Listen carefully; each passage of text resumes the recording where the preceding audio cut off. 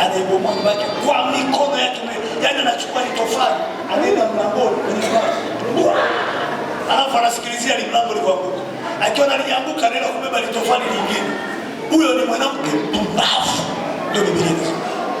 Ukishakuwa unaheshimu mume, ukakaa vizuri, mcha Mungu, maana wewe ndio mchungaji wa ile familia, na wewe ndio assistant pastor, na nisikia ibada na mambo yote pale nyumbani, lakini wewe ndio pale nyumbani ndio watu wanakuja na kuona kuna mtu ameketi pale, watu wanataka kuona karibu.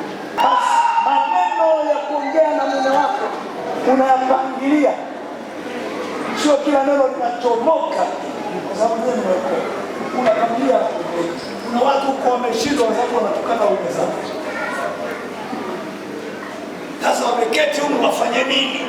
Maana wamekuja kwenye harusi, huyu labda ni jamaa yao na wewe labda ni jamaa yao, ila wanalia na bosi mmoja hivi, wanalia kidogo kidogo, wanakumbuka nyumbani hali ilivyokuwa. Ndio unaweza kutengeneza ikawa ni paradiso, ukawa na furaha sote. Yaani ni wewe mwenyewe. Kuna watu akishaingia akikuta anapendwa sana, hatumii ile fursa kupendwa, anaanza kuleta kama kunyanyasa. Sasa unajua kuna wengine wakiwa wanapendwa, sasa ndio anafanya